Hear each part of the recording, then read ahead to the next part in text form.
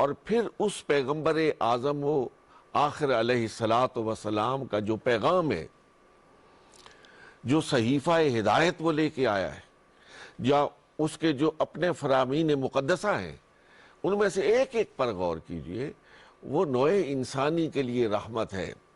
بلا شبہ۔ ایک چھوٹی سی جو مثال میں بہت عام دہرائی جاتی ہے، ایک مرتبہ پھر اس کو دہرا دیتے ہیں، کہ نبی کریم رؤوف الرحیم علیہ السلام نے ایک اصول دیا ہے کہ کسی مسلمان کو نقصان پہنچانے والا، کسی مسلمان کو قتل کرنے والا ظالم نہیں ہے، بلکہ وہ شخص جس نے کسی بھی انسان کو نقصان پہنچایا ہے، کسی بھی انسان کو قتل کیا ہے، وہ کسی بھی مذہب سے تعلق رکھتا ہے، کسی بھی فرقے سے تعلق رکھتا ہے، گویا اس نے انسانیت کو قتل کیا ہے۔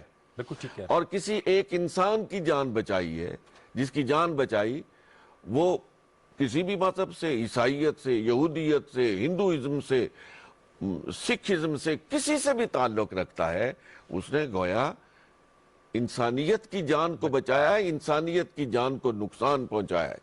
تو یہ ان کی جو ہے یہ ہے تعلیمات ہے محمد الرسول اللہ صلی اللہ علیہ وآلہ وسلم کا پیغام۔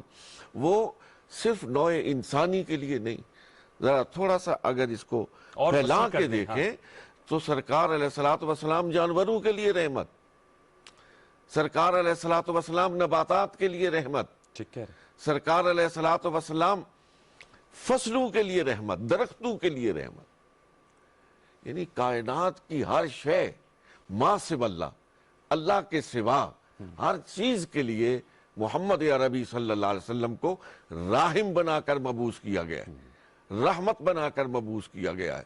اس لیے کل آنے والا جو دن ہے، یہ تمام نوع انسانی کی خوشیاں منانے کا دن ہے۔ بہت خوب۔ ساری دنیا کو چاہیے کہ اس مبارک دن پر خوشیاں منائے۔